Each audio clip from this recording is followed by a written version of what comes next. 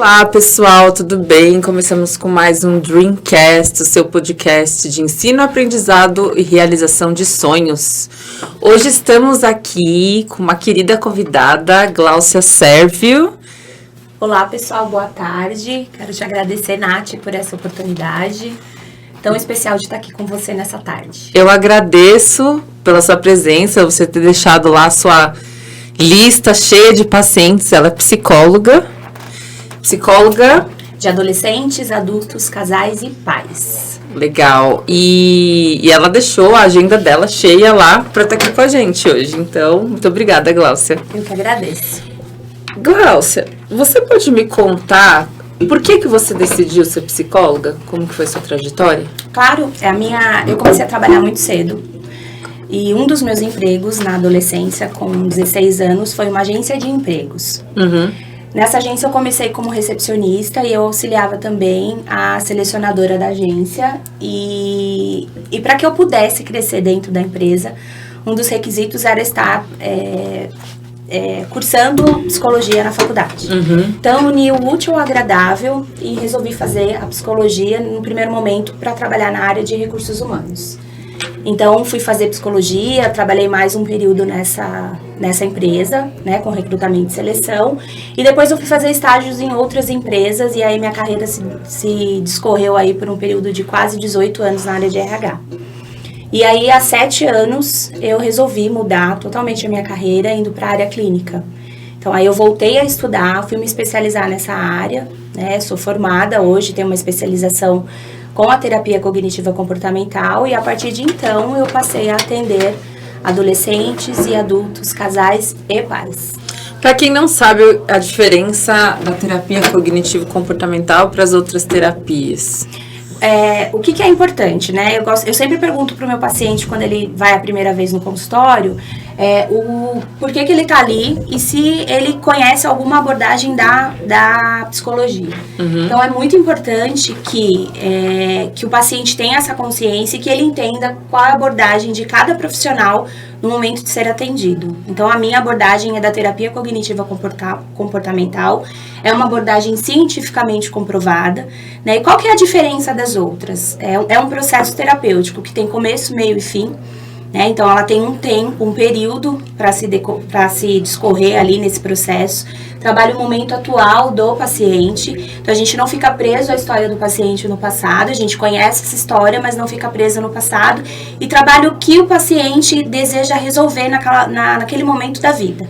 Então, o foco não é o passado, e sim o momento atual do paciente. Então, ela tem começo, meio e fim, trabalho aqui agora, ela é completamente dirigida. Então, o paciente, ele chega para mim, ele traz as demandas dele e ele tem sempre uma devolutiva, tá? Tudo que a gente conversa, como qualquer outro processo terapêutico, fica somente no consultório entre eu e o paciente.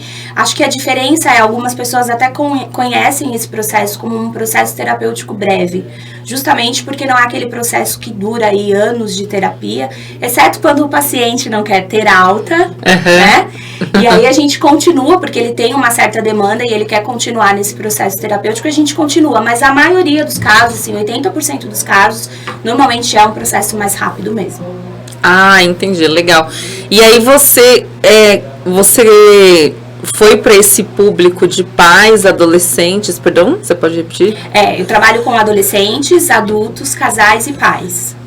Você gosta desses públicos? Por que você hoje é especialista nesses públicos? Eu sou especialista nesses públicos porque a TCC, que é a terapia cognitiva comportamental, ela tem protocolos de atendimentos para esses públicos. Entendi. Então, quando eu comecei na área clínica, a minha intenção era trabalhar só com adultos, né? Mas aí, por ironia do destino ou não, os adolescentes começaram a vir, eu comecei a estudar sobre os adolescentes, eu já atendi adultos, depois eu fui me especializar num protocolo de terapia para casais, então eu tenho essa especialização também, e agora eu estou fazendo uma pós-graduação em educação parental, fiz um curso antes que me possibilita trabalhar também com os pais.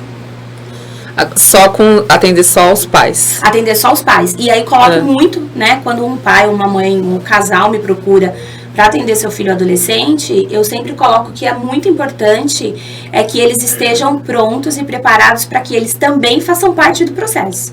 né? Porque eu sempre digo, não faz muito sentido eu ficar com o adolescente ali uma vez por semana, 50 minutos, e toda a demanda dele está dentro do ciclo familiar.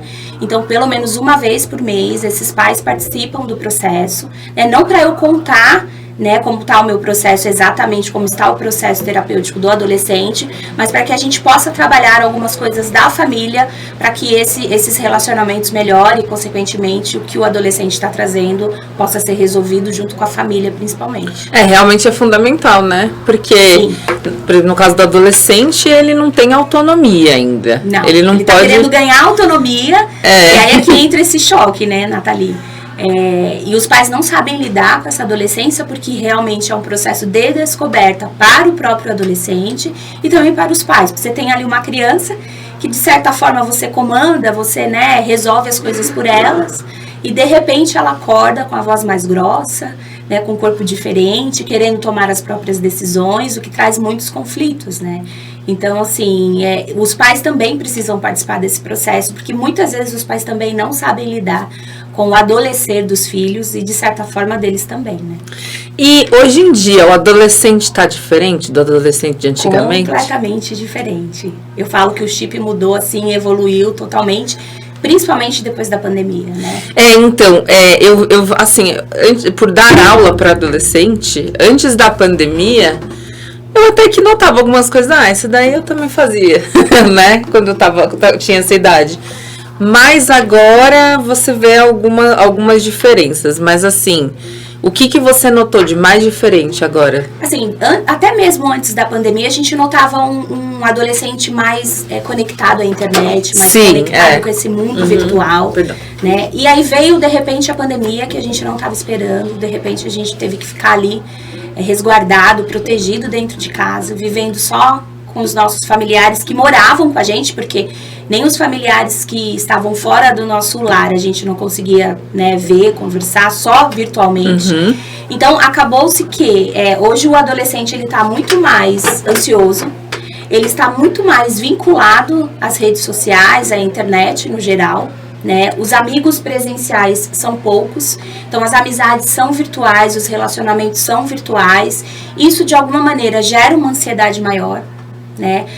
A sensação que eu tenho no consultório é que alguns adolescentes, eles desaprenderam, né, a se socializar, né? Então, assim, eu não consigo mais estar num lugar muito cheio. É mesmo? Sim. Tem esses relatos, assim, o adolescente não consegue mais estar num lugar muito cheio, não sabe lidar mais com as multidões, não consegue mais se relacionar como se relacionava antes. Isso causa muita angústia, né?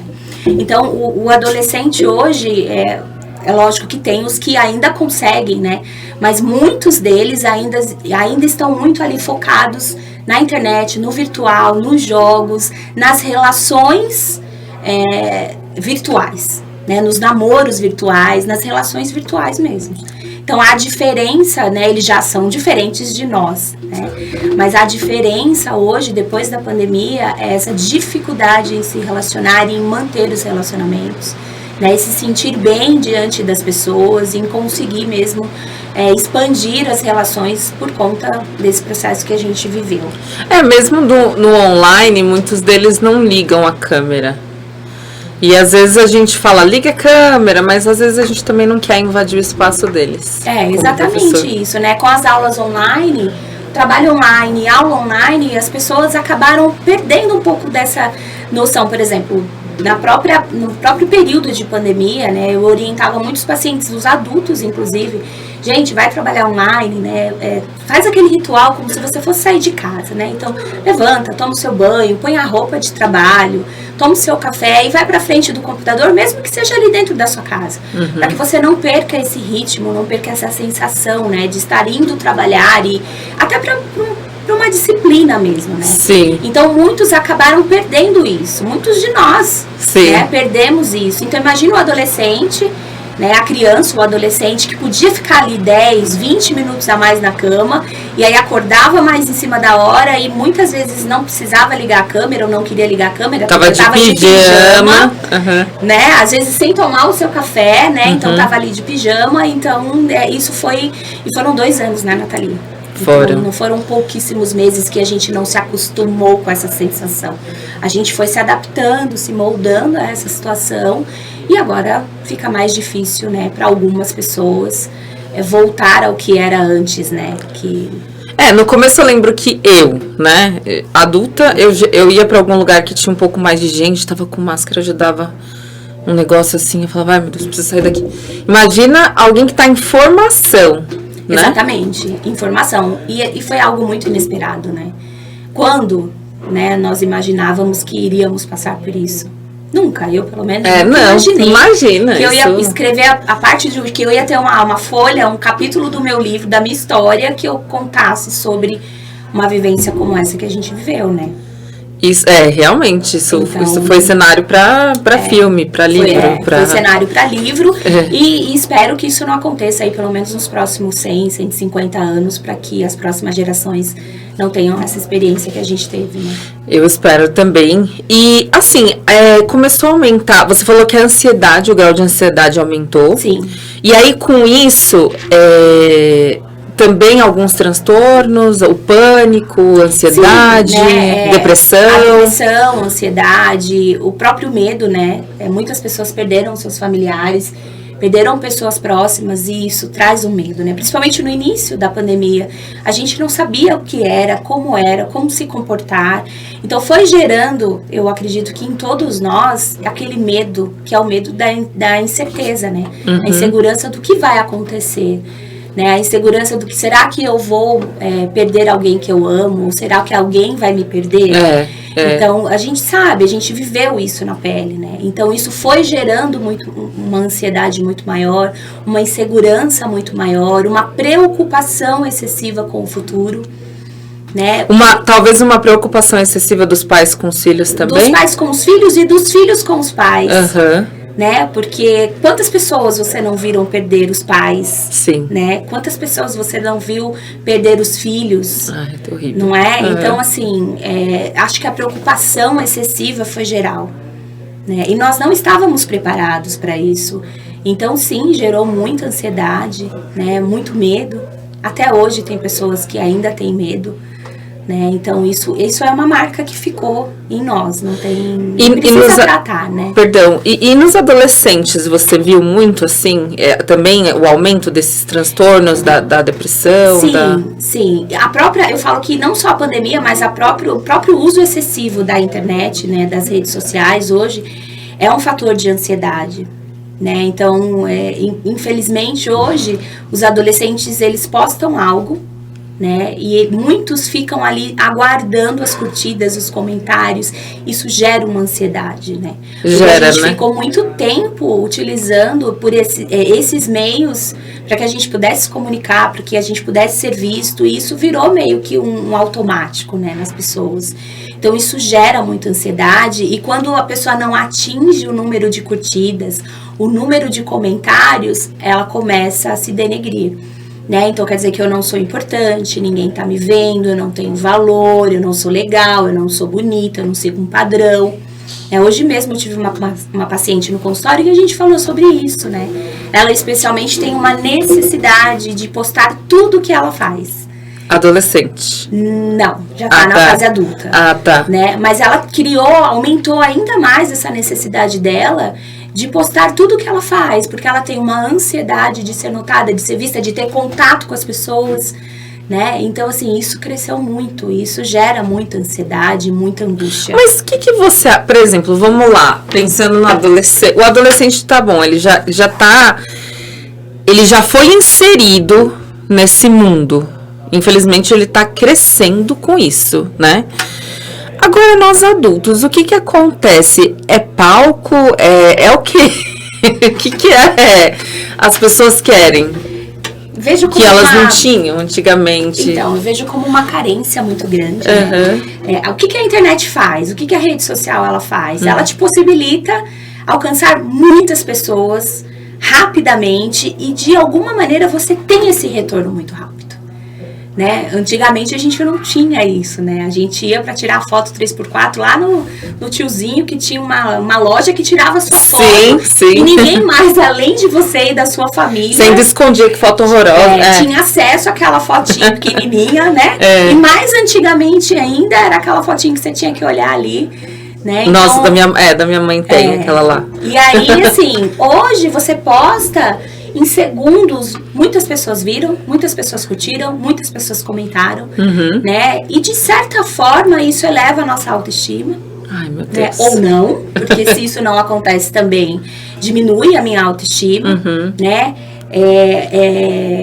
Alimenta as nossas crenças de desvalor ou alimenta o nosso ego. Então, assim, independente da idade, hoje você vê muitas coisas acontecendo na internet e as pessoas querem ter um retorno disso, né? Elas precisam, existe uma carência disso, desse reconhecimento, né? Desse padrão, dessa coisa de estar agradando o outro, ou de estar mostrando que tá bem, que está fazendo coisas diferentes. Então, isso hoje é uma necessidade, independente da idade, né? Quando a gente fala assim de empreendimentos, negócios na internet, até dá pra entender que aquilo que vai gerar dinheiro. Sim, mas porque aquilo é profissional. Você tá investindo tempo no seu profissional pra você, né, poder ser reconhecido, poder ser visto, né? Ter autoridade, blá, blá, blá, exatamente, né? Exatamente, né? Tem um porquê mais coerente, vamos dizer assim. Mas quando é um CPF... Aí você fala... Aí pode gerar muito sofrimento. Porque aí, mesmo como no meu caso, né, como empresa, tem um que curte, tem um que não curte, tem gente que a gente gosta, que não curte. E vai fazer o quê? Não tá ali, não é obrigado, né? Exatamente. Então, assim, e às vezes pode acontecer com você como pessoa física também, né? Para algumas pessoas isso é super normal, tranquilo, mas para outras não, né? Para outras acabam indo por um caminho mais dolorido de sofrimento e dessa coisa mesmo, dessa crença de desvalor que as pessoas têm, né? Que se não curte, se não comenta, é porque eu não tenho valor, é porque eu não sou visto, é porque as pessoas não gostam de mim, é porque eu não sou bonito, é porque eu não sou bonita, né? Existe um objetivo nisso, né? Não é simplesmente postar porque é legal. Eu quero receber algo em troca, eu preciso receber algo em troca. Isso é muito perigoso. Nossa, é demais. Eu fico aqui assim... pasma. Apesar de estar vendo isso, agora você falando, tomando consciência, existe esse movimento, né? Essa complexo. Necessidade. Então, você imagina um adolescente que tá ali, ele posta algo nas suas redes sociais e ele fica o tempo todo no celular buscando as curtidas, buscando os comentários, né? E se isso não vem, ele começa meio que a fantasiar algumas situações que nem sempre são verdadeiras, né? E como que as mães elas podem fazer para lidar com isso? É muito importante que os pais, primeiro, que verifiquem sempre o celular dos seus filhos dentro de um certo limite de respeito, né? Que o filho saiba, não que veja escondido, mas que o filho saiba que de vez em quando eu vou pegar o celular e vou dar uma olhada para saber o que está acontecendo, porque isso é uma questão de segurança. Mas é bem complexo, porque é nessa complexo. Época que começa a fase do namoradinho, da namoradinha, da adolescente. Por isso que é tão importante você ter essa relação aberta, né? E fazer com que o seu adolescente, a sua criança, se sinta seguro num ambiente familiar, que confie no pai e na mãe. E acho que esse é o maior segredo e o mais difícil, né? Porque naturalmente a adolescência inclui não contar tudo. Sim. Né? Porque por medo, por insegurança, por não querer se expor, por vergonha, né? Então, adolescer, uma das coisas é não contar tudo, né? Então, assim, monitorar esse celular, o tempo desse celular, não deixar que a sua criança ou o seu adolescente deixe de fazer as coisas que são importantes, como estudar, como se alimentar, né? Conversar com pessoas presencialmente, brincar, se relacionar com pessoas, praticar esportes, só para ficar no celular. Porque se é viciante, né? Para todos nós. É viciante para todos nós. Às vezes você pode passar quando você vê, você passou horas ali. Eu tenho adolescentes hoje que perdem noites de sono no celular. Meu Deus. Né? E tem dificuldade para dormir mesmo, assim, não consigo pegar no sono. Gente, precisa fazer uma higiene do sono, né? Se eu vou dormir às 10 da noite, 8h30, 9 horas no máximo, desliga o celular. Né, o celular, ele ativa o nosso cérebro, né? Então, quanto mais... Tem pessoas que, assim, quanto mais vê, mais quer olhar, mais quer ver, mais quer assistir, mais quer ouvir. É um negócio, assim, que coisa, não para, né? Então, assim, a gente precisa, né? Tanto nós, enquanto adultos, como as nossas crianças e nossos adolescentes, a gente precisa aprender a ter este controle. Então, assim, é legal os pais darem sempre uma olhada. E aí, o que acontece também? Eu vejo muitos casos de bullying, de cyberbullying, né? O bullying no Instagram, agora o adolescente, ele não sofre... Ele, além de sofrer o bullying da escola, que era da minha época, você ainda é lacrado lá na internet. Sim, infelizmente, né? Não acontece só na escola, não acontece só no condomínio, né?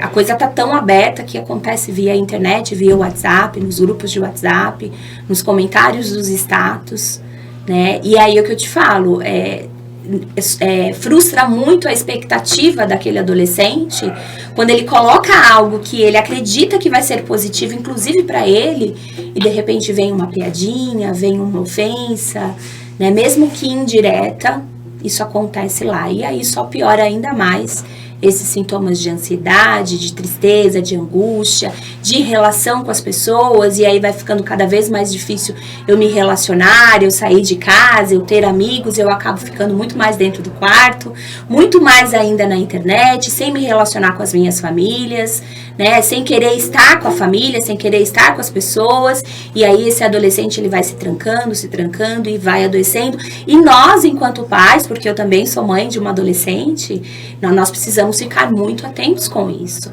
né? Não é confortável, não pode ser confortável que o meu filho fique ali 12 horas dentro de um quarto, né? Que ele só saia para se alimentar e se alimente correndo e volta para dentro do quarto.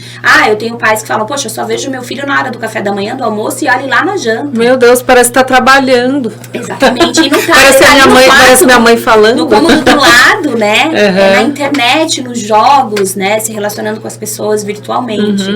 Esse é um dos sinais, né? Que nós, pais, precisamos estar atentos que algo está errado, né? Algo não está certo.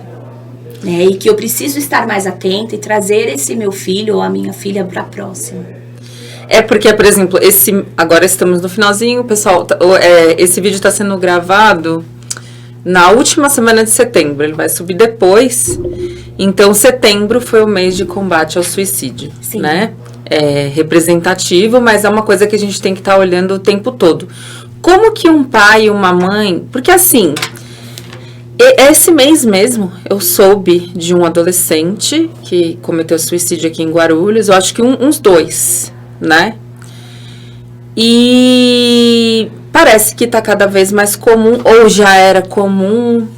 Eu acho que sempre foi comum, né? Mas hoje se fala mais, né? Hoje as pessoas falam mais de saúde mental, elas falam mais de prevenção do suicídio. Hoje a gente tem o Setembro Amarelo, e eu até falo, gente, a gente tem que falar disso o ano inteiro. O Setembro Amarelo é um ano específico, né? Assim como Outubro Rosa, Novembro Azul, em que a gente vai dar ênfase àquela problemática.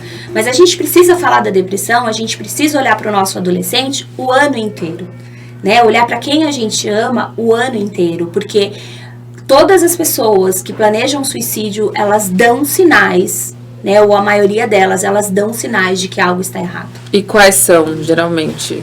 O fato de estar muito distante da família, né, e de repente querer fazer parte, né, essa semana eu ouvi o caso de um rapaz aqui em Guarulhos, que ele se suicidou na semana passada, e antes disso, né, ele foi se despedindo de todos os amigos, ele foi na casa de cada pessoa, e todo mundo sabia que ele estava com uma depressão, né, mais profunda. Então, assim, as pessoas, elas te dão sinais, né, ou elas ficam mais reclusas e de repente aparece, elas te dão sinais de uma tristeza profunda, de uma falta de esperança, de falta de planos para o futuro, né, então, assim, quem tá com a depressão, quem tá passando por um processo desse, é muito importante que as pessoas que convivem com essa pessoa que está com este problema, fiquem muito atento, né, que busque ajuda.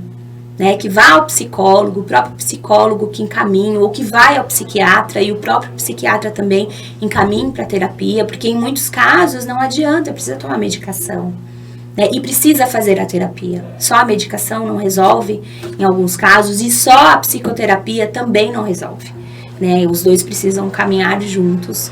É óbvio, dependendo da situação do paciente, precisa ser junto para que a gente consiga ter um resultado. E a família tem que ser orientada, dependendo da situação, que se for muito grave, ficar o tempo todo ali, essa pessoa não pode ficar sozinha, né? Para não correr nenhum risco nesse sentido. E para os professores, tem sinais na escola? Tem. O aluno fica mais agressivo, ele fica mais disperso, ele não se envolve nas atividades, ele quer fazer tudo sozinho. Né? Então, assim, ele começa a querer fazer tudo sozinho? Ele começa a querer fazer as coisas mais sozinho, porque ele não quer contato com as pessoas, né? Não quer fazer trabalho em grupo? Ou ele fica mais agressivo, ou ele começa a faltar na escola, né? O rendimento escolar dele cai bastante, né? Ele tá mais triste, ele tá mais sozinho, ele tá mais angustiado, ele tá mais agressivo, ele tá faltando mais. Então, tem vários sinais de comportamento mesmo, que se os professores estiverem bem atentos, eles vão perceber, né? De que, opa, tem alguma coisa acontecendo com esse aluno. Principalmente se for um aluno que está ali muito presente, que entrega tudo, que gosta de estudar, que se relaciona bem, de repente esse aluno muda o comportamento. Mudou de repente. Né? Tem algo acontecendo com esse aluno. Então, as escolas, os professores, os coordenadores pedagógicos, é importante que tenha esse olhar, né? Para cada pessoa individualmente. Eu sei que é difícil, porque você pegar uma sala, às vezes, com 25, 30 alunos, olhar individualmente cada um, mas no decorrer do ano, os professores vão conhecendo os seus alunos, né? E dá para perceber quando o seu aluno muda de comportamento, assim como o seu filho muda o comportamento, o seu sobrinho, o seu neto, né? As famílias também conseguem perceber se tiver esse olhar, né? E Glaucia, assim, puxando para um outro gancho, independente de depressão ou não, até onde os pais devem respeitar o quero ou não quero? Porque eu acho que se eu fosse mãe, não sou mãe ainda, mas se eu fosse mãe, essa pergunta que eu faria, até onde eu quero ou eu não quero? Até onde vai isso? Do adolescente? Eu quero fazer esse curso, eu quero fazer essa lição. Eu não quero mais, eu não gosto mais. Ou até onde vai isso? Tem aquela coisa, né, do adolescente que naturalmente ele já gosta de estudar e ele sabe os limites dele e ele sabe dos compromissos. Tem aquele adolescente que sabe de tudo isso, mas, né, tem um pouquinho mais ali de dificuldade ou que naquele momento ele não quer fazer, né, mas é muito importante que fique claro pro adolescente com relação aos estudos quais são os ganhos e perdas que ele tem se ele fizer ou se ele não fizer. Certo. Né? Então, assim, se você não fizer, você vai ter uma consequência. Essa consequência, ela vai ser boa ou vai ser ruim para você. Né? E o adolescente, ele está no momento de aprender a fazer escolhas. Né? A adolescência é um processo muito difícil. Né? Então, enquanto o seu filho está ali, ele é pequenininho, ele está aprendendo a andar, você está ali segurando, você está apoiando, você afasta os móveis, você proporciona para ele um caminho de segurança. O adolescente, ele quer experimentar. Mas em tudo que ele for experimentar, vivenciar, experienciar, ele precisa ter essa segurança, que é essa orientação dos pais, mas ele também quer escolher. Né? Então, é muito importante deixar claro para esse adolescente que ele pode escolher não fazer, mas isso vai gerar uma consequência e ele vai ter que dar conta dessa consequência depois. Tem que lidar com essa consequência. Ele vai ter que saber lidar, porque também não adianta, Nathalie, eu ficar protegendo, colocar numa bolha, né, e não deixar que o meu filho aprenda que tudo que ele escolhe que não é bom pra ele vai ter uma consequência.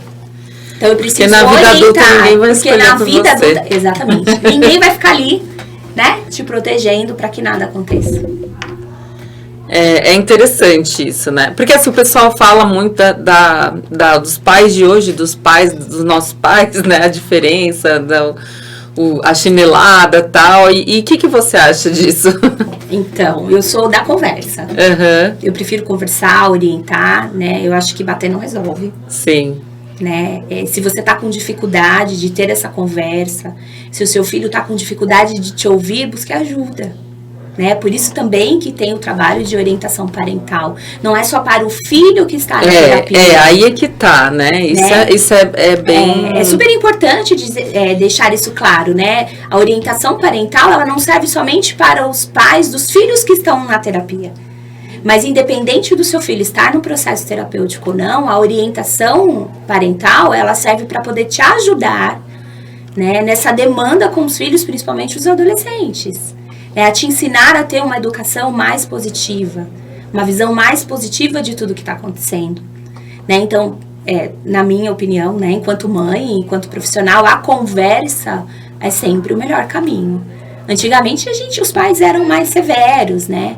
E tem até aqueles que dizem assim, eu apanhei muito e funcionou, porque eu me dei bem, né? Eu sou uma pessoa do bem hoje, sou honesta, eu trabalho, enfim, eu sempre gostei de estudar e eu apanhei muito, né? Mas porque os nossos pais, eles faziam o melhor que eles podiam, com aquilo que eles tinham. E a gente estava em outro contexto. E nós estávamos em outro contexto, né? Não justifica, lógico, né? Mas acontecia, mas era aquilo que eles tinham para dar pra gente, né? E eles fizeram o melhor. Mas hoje a gente tem mais consciência, o mundo mudou, as coisas mudaram, os filhos não são mais os mesmos, né? Eles têm um chip diferente do nosso. E eu acho que eu acredito que a conversa é o melhor caminho. E é muita informação, né? Dizem que, eu vejo por aí, né? Não sei se é o caso, por exemplo, dizem que esse monte de informação que a gente recebe pode causar, inclusive, desencadear o transtorno de déficit de atenção.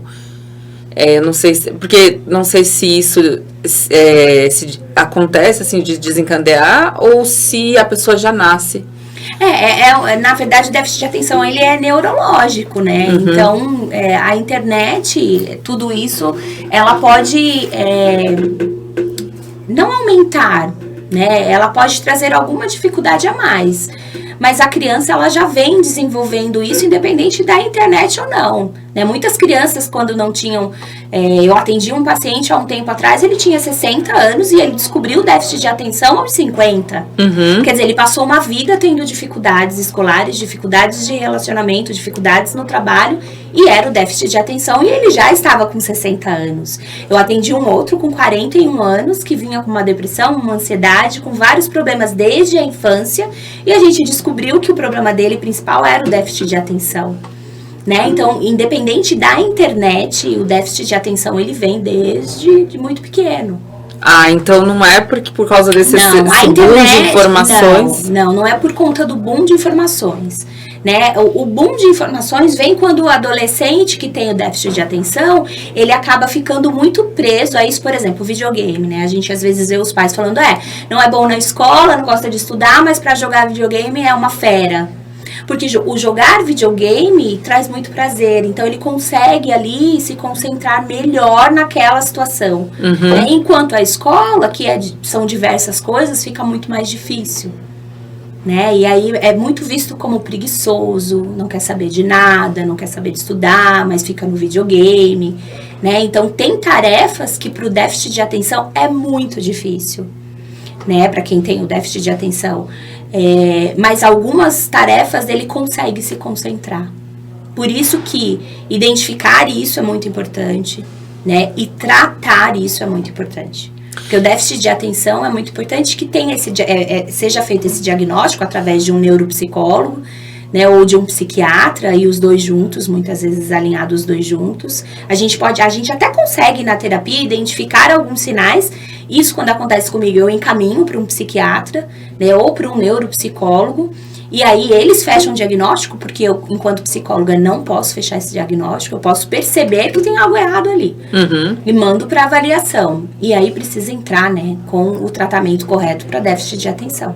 Então, assim, dependendo das dificuldades que o filho começar a ter, né, seja na infância, na adolescência, e aí os pais, então, eles devem ficar atentos para ver se aquilo não... E a criança ou o adolescente não é só escolar, né? Então, aquela criança que perde tudo, uhum. que a gente fala, nossa, mas você tá distraído hoje, mas ele tá sempre distraído.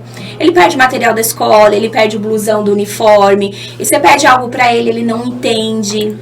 né? Ele tem dificuldade de entender uma tarefa que você entrega, né? Você percebe que ele tá ali concentrado fazendo a lição, mas se você aumentar o volume da TV, ele já se distrai totalmente e não consegue mais voltar àquela concentração, àquela atenção que ele tinha. Então, a dificuldade não é só com a escola, né? É com as tarefas simples de casa. Né? Se você der uma lista para essa criança fazer, ela não vai conseguir sozinha. E você vai ter que, provavelmente você vai ter que estar sempre lembrando, né? Faça isso, faça aquilo. Você vai ter sempre que dar os comandos para que ela se lembre de fazer. Então, é muito importante saber, né? Não é somente na escola, né? Quem tem déficit de atenção não é só na escola, é em tudo. É muito importante saber, porque no momento de impaciência pode ficar assim, vai menino, né? Sim, acontece, né, da criança apanhar, da criança ser, você é preguiçosa, né, você não presta atenção em nada, você é desastrado, tudo você perde, tudo você esquece. Aí fica até chato. E a criança também não consegue explicar o que acontece com ela, mas eu sou assim, não é porque eu sou preguiçosa, é que eu não consigo.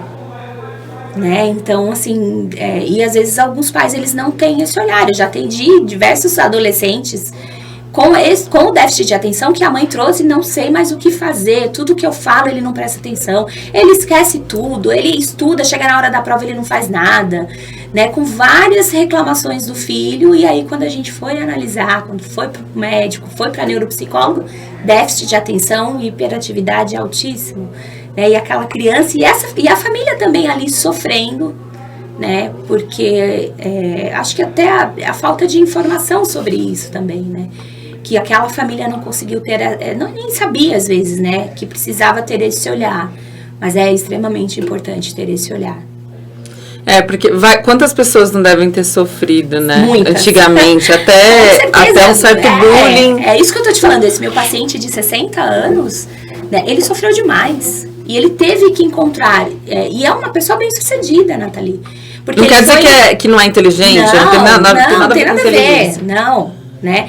Mas ele teve que encontrar estratégias para que ele conseguisse chegar onde ele chegou, ser gerente numa grande empresa, né? Numa empresa multinacional, mas assim, foi muito difícil para ele.